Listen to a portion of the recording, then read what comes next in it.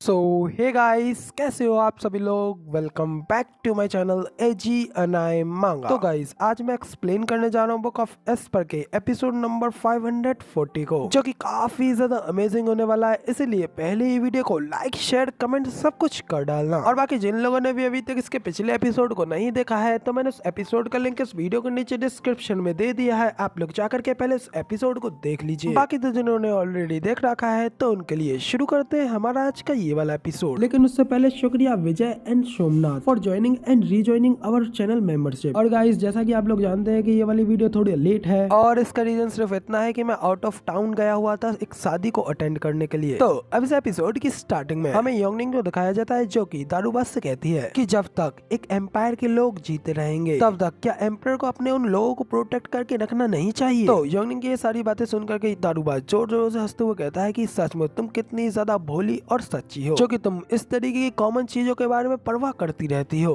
और तुम भी बिल्कुल उस लड़की ही तरह हो जिससे कि मैं पहले मिला था, मगर तुम उससे थोड़ा ज्यादा स्मार्ट हो। और यहाँ पे अगर सबसे बड़े बेवकूफ की बात की जाए, तो वो मेरे अलावा और कोई नहीं है। और तब वो मेरे साथ थी जब मैंने उससे कहा था कि मैं उसके लिए इस जगह को एक परफेक्ट वर्ल्ड बना करके रहूंगा, मगर लेकिन आखिर मैंने एंड पर क्या पाया, सिर्फ और सिर्फ उसकी मौत। और फिर मैं वेस्टरलैंड में बेतहासा भटकता रहा। सचमुच मैं तब कितना बड़ा फूल था। तो ज़ूफेन भी दारूबाज के कंधे पे हाथ रखते हुए हंस करके उससे कहता है कि सीनियर, एक वुमेन को पाने की चाहत में मेंस कभी भी झूठ के अलावा कुछ नहीं बोलते, और वो हमेशा ही बड़ी बड़ी और प्रभावशाली बातें बोलते हैं। तो ड्रंकर्ड ज़ूफेन से कहता है, मगर लेकिन मैं तुम्हारी तरह इस तरीके का सेमलेस पर्सन नहीं हूँ, क्योंकि मैं हमेशा ही उसके साथ सच्चा रहा। मैं बस इतना जानता हूँ कि तुम्हारा दिल कुछ टेढ़ा है, लेकिन ये जितना ज्यादा टेढ़ा है, तुमको उसके लिए एक ऐसी लड़की की तलाश करनी चाहिए जिसका दिल सीधा और साफ हो, और वो तुम्हें भी सही राह पर ले आए, बिल्कुल उसी की तरह जिस पुलिस लड़की के बारे में तुम बात कर रहे थे, जिसकी तुमने कहा था कि वो बहुत ही ज्यादा काइंड और दयालु थी। तो अब ड्रंकर की ये बात सुनने के बाद में ज़ूफेन शॉक हो जाता है, और तब उसे निंगर की याद आती है। वो अपने मन में निंगर के बारे में सोचता है, और फिर ज़ूफेन उसके बारे में सोचते हुए अपने मन में कहता है कि ऐसा लगता है कि एक इतने बड़े मास्टरमाइंड को अपने दिमाग को स्थिर रखने के लिए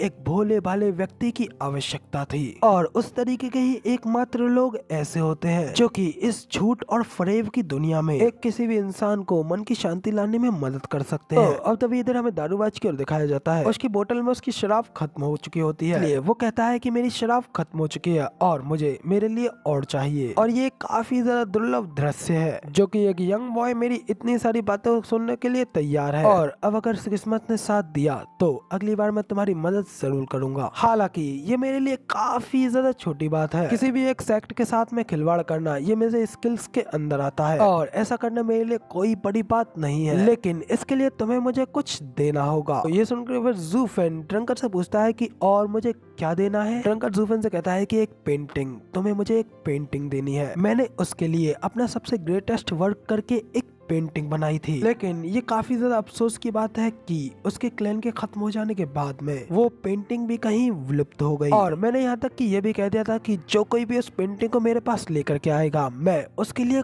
कुछ भी करूंगा। लेकिन अब तक इतनी सारी सालें बीत गई, मगर अब तक उसके बारे में कुछ पता नहीं चला, इसलिए अब तो मुझे ऐसा लगता है कि अब मैं उसे फिर कभी नहीं देख पाऊंगा। तो ज़ूफेन ड्रंकर से पूछता है कि सीनियर, तो क्या आप बता सकते हैं कि आखिर वो पेंटिंग किस तरीके की दिखती थी। तो ड्रंकर ज़ूफेन को बताता है कि मेरी पेंटिंग काफी ज्यादा मशहूर थी और हमारे नेशन की शान, लेट्स ऑफ नेशन थी। उस पेंटिंग का नाम सुनकर ज़ूफेन, योंगनिंग और सेंगर सभी के सभी काफी ज्यादा हैरान हो जाते हैं, और ज़ूफेन तो थोड़ा शौक होते हुए कहता है कि क्या लेट्स ऑफ नेशन, क्या कहीं इसका मतलब सीनियर वेस्टरलैंड के सबसे स्ट्रॉन्गेस्ट मैन डैन किंग चैन है। तो इधर योंगनिंग भी काफी ज्यादा शौक होते हुए कहते हैं कि हाँ, मैंने लेजेंड्स में इनके बारे में सुना है, मगर क्या सच में ये इतनी हजारों सालों के बाद भी अब तक जिंदा है। तो ज़ूफेन योंगनिंग से पूछता है कि आखिर उनकी पेंटिंग कहाँ है, क्या वो पेंटिंग हमारे टियानो में ही नहीं थी। तो योंगनिंग थोड़ा हेजिटेट होते हुए कहती है कि जब तुम पिछली बार इंपीरियल कैपिटल में गए थे, तो थर्ड ब्रदर के राज्याभिषेक के बाद से वो पेंटिंग गायब थी, और वो उसे लोंगक्वी के लिए एक सगाई के गिफ्ट के तौर पर यूज करना चाहते थे, लेकिन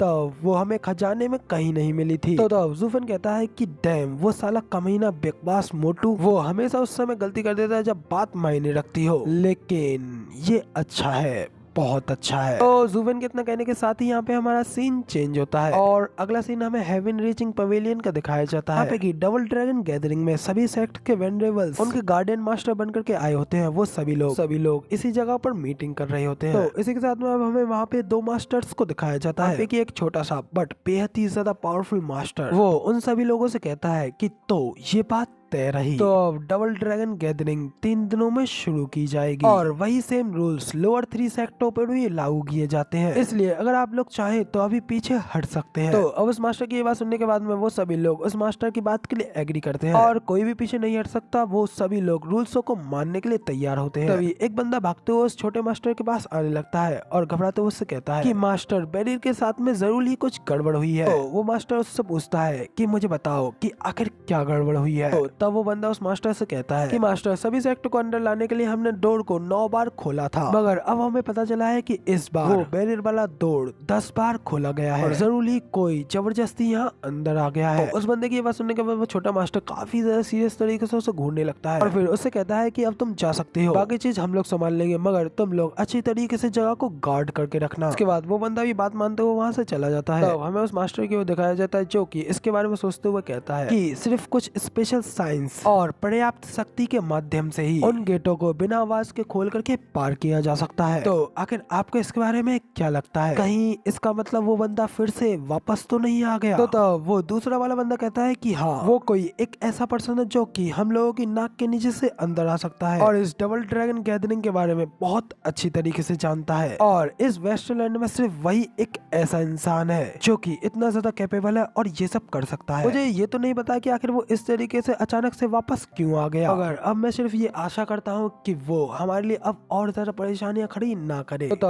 वो छोटा मास्टर कहता है कि हमारा सबसे मूल्यवान शिष्य वापस आ गया है, मगर अब आखिर यहाँ पर वो क्या करने के लिए आया है। इसी के साथ में हमें वापस से सीन जूफेन का दिखाया जाता है। उस मीटिंग में नई सारी बातें उन वेनेबल्स ने जूफेन को बताई होती है। तो जूफेन भी थोड़ा शौक होते हुए कहता है कि क्या सिर्फ 3 दिन, मगर ये तो काफी ज्यादा कम है और ये हमारे लिए थोड़ा टाइट रहेगा। मगर वेनेबल्स क्या आप थोड़ा और नहीं रोक सकते? हमारे पास में काफी ज्यादा कम समय है। ये सुनकर तो वेनेबलियन चिल्लाते हुए कहते हैं कि क्या तुम हम तीनों लोगों को जिंदा देखना चाहते भी हो या नहीं, और क्या तुम योग्य व्यक्तियों से बड़े कमरे का मन बदलना चाहते हो? और निश्चित रूप से अब तुम्हारे पास में समय कम है, लेकिन अब तुम ही बताओ कि आखिर तुमने कुछ दिन पहले क्या किया था? हमने तुमसे पहले ही उनका इलाज करने के लिए कहा था, मगर तुमने पहले हमारी बात नहीं मानी। अब ये सब सुनने के बाद फिर जूफेन वेनेबलियन से कहता है तो फिर अब ये सब कुछ फिर से लक के ऊपर डिपेंड करता है। जूफेन की ये बात सुनकर तो वेनेबलियन और भी ज्यादा भड़क जाते हैं और चिल्लाते हुए जूफेन से कहते हैं कि तुम कमीने जूफेन, तुम हमारे डीमन स्कैमिंग सेट के इस टीम के लीडर हो और अब तुम ही यहाँ पर लक की बात कर रहे हो, और अब तुम ये बिल्कुल मत कहना कि तुमने इस सब के बारे में पहले ही प्लान कुछ भी नहीं किया है। और आखिर तुमने उन लड़कियों के साथ जो डील की थी, आखिर उसके बारे में क्या? और आखिर वो लोग अब तक यहाँ पर क्या कर रही हैं? तुम्हें क्या लगता है कि क्या सचमुच में एक लीडर इस तरीके से काम करता है? तब इधर जूफेन अपने मन में सोचता है कि अगर मैं सही अनुमान लगा रहा हूँ तो वो लोग भी 3 दिनों में ही ब्रेक थ्रू कर लेंगे और बस ये एक व्यक्ति से दूसरे व्यक्ति में अलग अलग होगा। तो इसलिए अब कौन जानता है कि इसमें कोई एक्सीडेंट होगा कि नहीं। अब ये सब सोचने के बाद फिर जूफेन वेनेबलियन से कहता है कि अब वहीं पर रुक जाओ, कि मुझे नहीं पता कि आगे क्या होगा, मगर क्या मैं इसे खुद ही स्वयं संभाल लूं। जूफेन के इतना कहने के साथ ही हमारा ये वाला एपिसोड तो यहाँ पे कंप्लीट हो जाता है और अब इसके आगे की स्टोरी आप लोगों को अगले एपिसोड में देखने को मिलेगी। फिलहाल वीडियो पसंद आई हो यार एक लाइक कर देना, साथ ही कमेंट करके मुझे जरूर बताना कि आप लोगों को हमारा ये वाला वीडियो का एक्सप्लेनेशन कैसा लगा, और चैनल पर नए और आगे भी ऐसी अमेजिंग वीडियोस को देखना चाहते हो तो इस चैनल को सब्सक्राइब जरूर से कर देना। शुक्रिया। इसके बाद मिलते हैं किसी और नई वीडियो में, तब तक के लिए बाय बाय।